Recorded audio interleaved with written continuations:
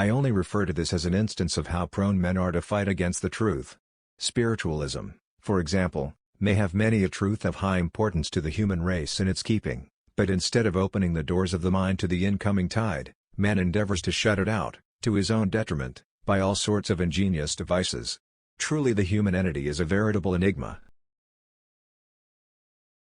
To all who regard this narrative as that of a sane man of the world, and not as the emotional outpourings of a visionary, the manifestations recorded so far, and their results, are plain enough.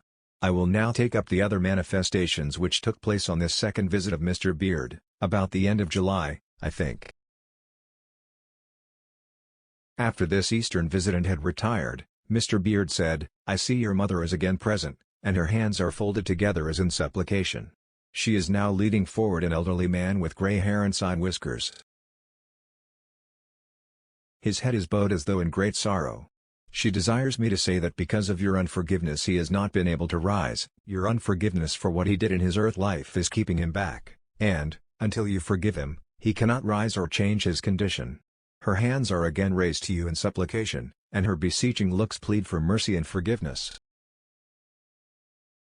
I at once perceived that this picture was that of my father, and that my attitude of anger and unforgiveness which I had assumed towards him in his earth life, because of his having failed to realize his responsibilities and obligations, both as husband and father had, as my dear mother put it, kept him from rising.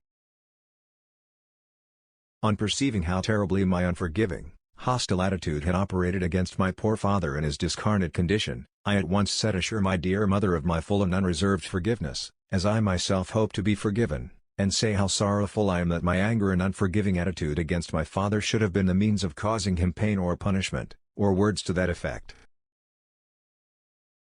As this episode is full of significance, I propose to give the facts, although to do so will reopen a painful page in my life, and lay bare certain family secrets which most men shrink from.